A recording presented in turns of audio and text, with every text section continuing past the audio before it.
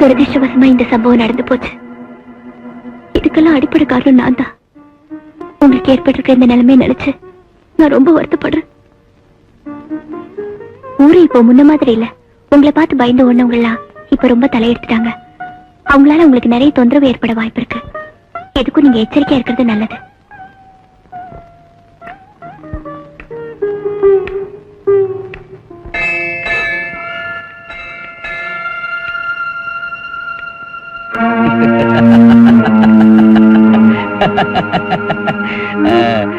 சின்ன பண்ண இப்ப நான் இந்த துண்ட போடுறேன். தாண்டி போறது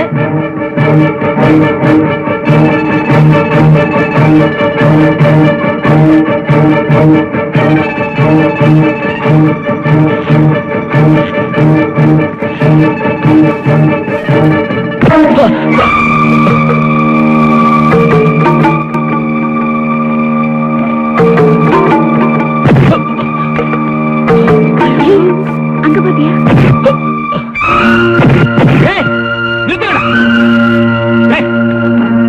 நான் ஒருத்தன் உயிரோடு இருக்கிற வரைக்கும் அவன் மேல யாரும் கை வைக்க முடியாது. உடம்பால அவன் பழுதானாலும் இன்னைக்கு அவன் சிங்கண்டா.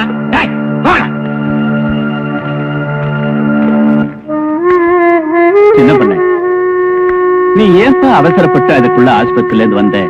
நான் ஊர் நிலவரம் தெரிஞ்சுதானே உன்னை எதமா பதமா கூட்டிட்டு வரலான்னு நினைச்சேன். நான் கேஸ் விஷயமா வெளியூர் போலான்னு இருக்கேன். வர்றதுக்கு ஒரு வாரம் ஆகும். அது வரைக்கும் வீட்டை விட்டு வெளியே வராம நீ இங்கே இரு. உன் வீட்டுல இருந்தானே ஒரு அயோக்கிய பையன் சோனமுத்து, அவன் வீட்டுல கையில கிடைச்சதெல்லாம் சுட்டிட்டு ஓடிட்டான். போட்டு நீ வா வா.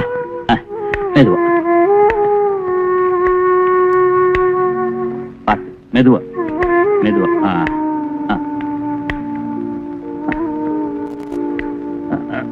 மெதுவா உட்கார். இங்க பாரு, உனக்கு வேண்டிய சாப்பாடெல்லாம் நம்ம வீட்டுல இருந்து கொடுத்து அனுப்ப சொல்லிட்டு போறேன். சங்கோச்சப்படாம சாப்பிடு. ஒரு வாரத்துல வந்துருவேன். என்ன வர்றேன்.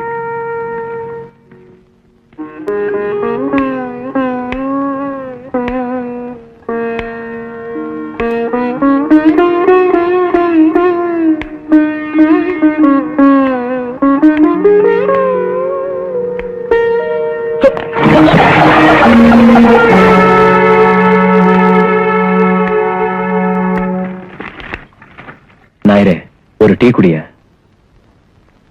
என்னையா முழிக்கிற? நாங்க என்ன சின்ன பண்ணைக்கு டீ குடுக்க கூடாதுன்னு மிரட்டியா வச்சிருக்கோம்? குடிய.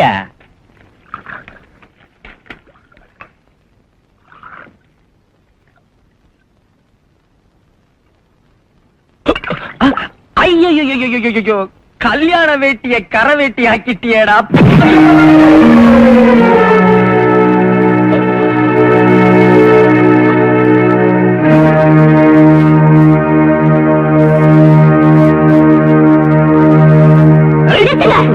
கொஞ்சம் கூட மனிதாபிமானம் இல்லாம நடந்துக்கிறீங்களே, உங்களுக்கு நல்லா இருக்கா?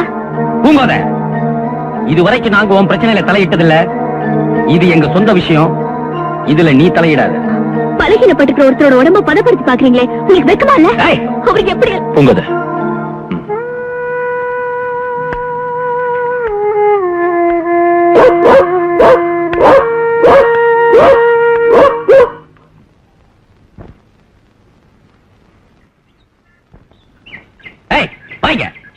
என்ன பாப்பாடா புரியுங்க.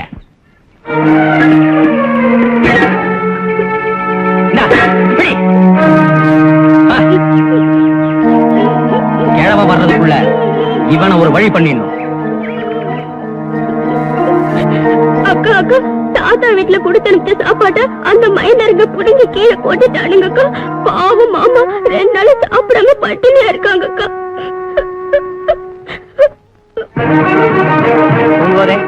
நீ எங்க போறேன்னு நன்னா தெரியும். சின்ன பண்ணைக்கு நேரம் சரியில்லை. நீக்கு அவ்வளவுதாமா சொல்ல தெரியும்.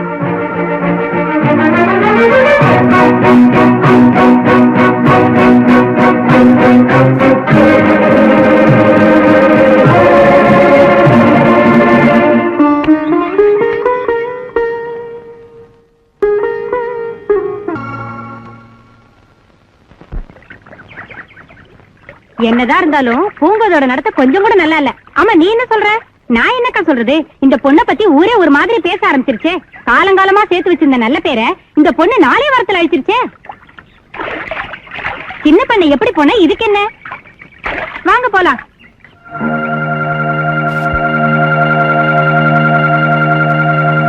இது ஊரா என்னையா? எனக்கு கல்யாணம் ஆகி 10 வருஷம் ஆச்சு. இது வரைக்கும் என் பொண்டாட்டியை கூட்டிட்டு நான் தெருவில் கூட போனது கிடையாது. ஆனா பூங்கோத சின்ன பண்ணை கிட்ட நடக்கிறது பார்த்தா 8 ஊரு கைகொட்டி சிரிக்குதியா. நடக்க முடியாம கஷ்டப்படுற ஒருத்தருக்கு அனுதாபம் காட்டுறதுல என்ன தப்பு?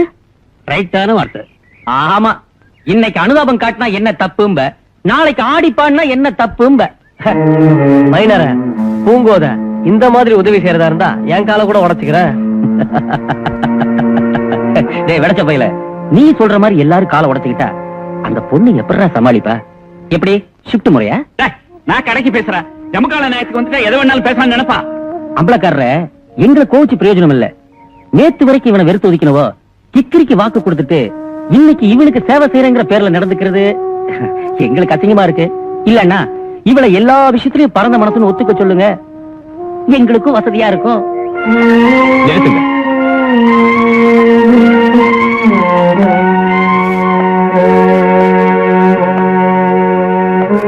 என் மேல இருக்கிற கோவத்துல பாவம் பூங்கோத மேல ஏன் வீணா பழி சுமத்துறீங்க? என் வீடு, தோட்டம், நிலபலம் எல்லாத்தையும் இந்த ஊருக்கே ஒப்படைச்சிட்டு நான் இந்த ஊர் விட்டு போகலாம் தீர்மானிச்சிட்டேன். மாறி அகம்பாவம், அதிகார வெறியும் யாருக்கு இருந்தாலும் அவனுக்கு இயற்கை சரியான தண்டனை வழங்கியே தீரும். அப்படி ஒரு தண்டனை நான் அனுபவிக்கிற மாதிரி நீயும் அனுபவிக்கணும் நான் விரும்பவே இல்லை. மாறி பூங்கோத உன் கூட பிறந்த தங்கச்சியா இருந்தா இந்த மாதிரி ஒரு வார்த்தை நீ உபயோகிச்சிருப்பியா? எல்லாரும் நல்லா இருங்க. நான் வராமலக்காரேன்.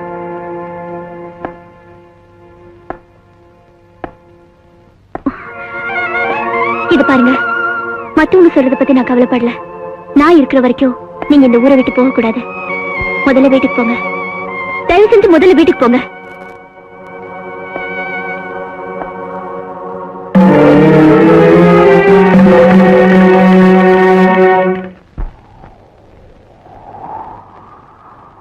மைனர கைய கால ஒடிச்சுக்கிட்டு ஆஸ்பத்திரிக்கு போனவன் உருக்கமா வசனம் பேச கத்துக்கிட்டு வந்திருக்கான்.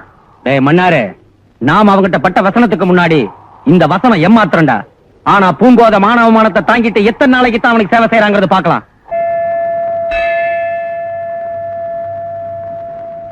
பூங்கோதே, ஒரு முக்கியமான விஷயமா உங்ககிட்ட பேசலான்னு வந்தோம். வீட்லயே வச்சு பேசலாம்னு நினைச்சா நீ எங்க விரட்டிடியோன்னு பயந்துதான் கோவிலே பேசலாம்னு வந்தோம். எதுக்கு தாத்தா என்னன்னு பேசுறீங்க? அப்படி என்ன முக்கியமான விஷயம்? அது நீ சின்ன பண்ணைய கல்யாணம்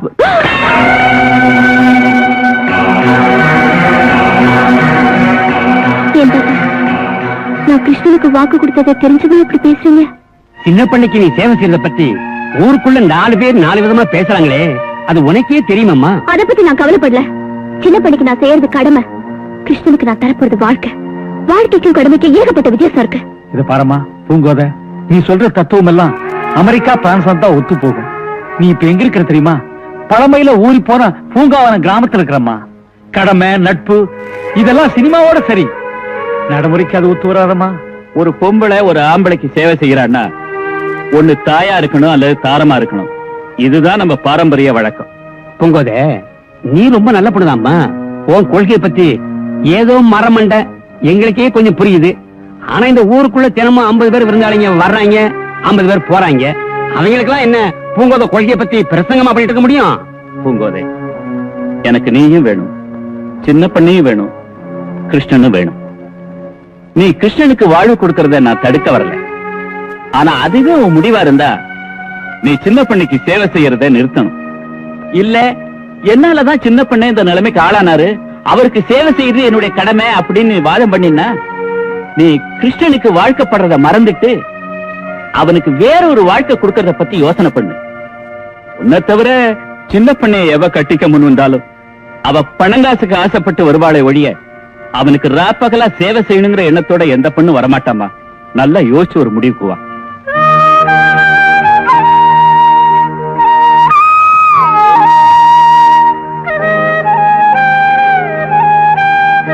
பொம்பளை ஒரு ஆம்பளைக்கு சேவை செய்யறான்னா ஒண்ணு தாயா இருக்கணும் அல்லது தாரமா இருக்கணும்.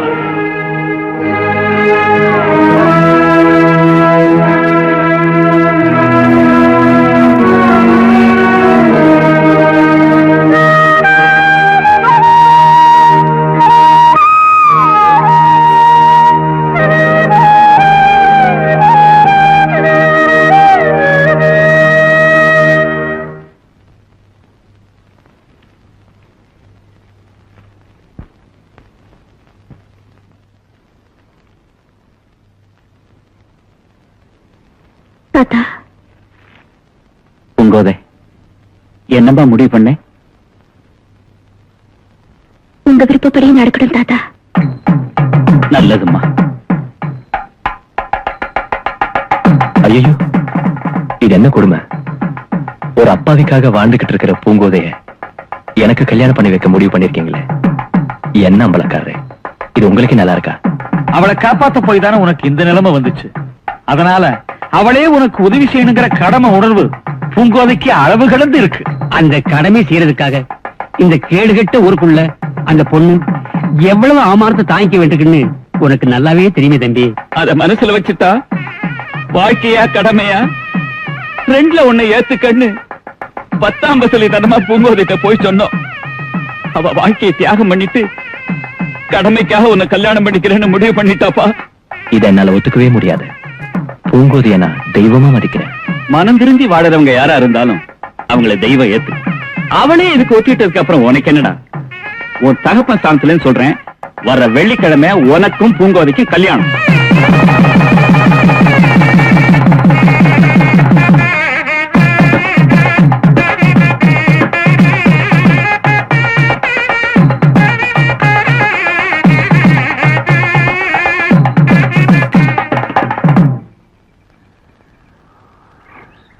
பூங்கோதை, விதிவசத்தால் நம் தம்பதியா இருக்கும்.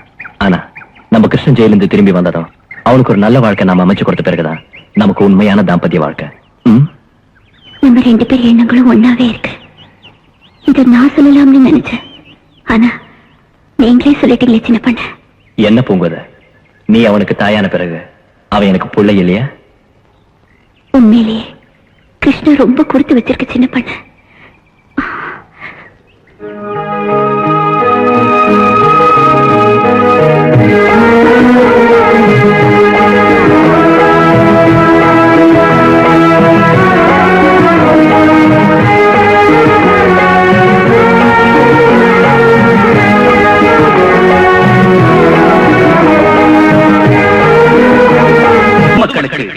காவல்துறையினரிடமிருந்து வந்திருக்கும் ஓர் முக்கிய அறிவிப்பு. நரம்படி நாகப்பன் என்ற சமூக விரோதி மத்திய சிறையிலிருந்து தப்பி ஓடிவிட்டான். இவனுக்கு வயது 70.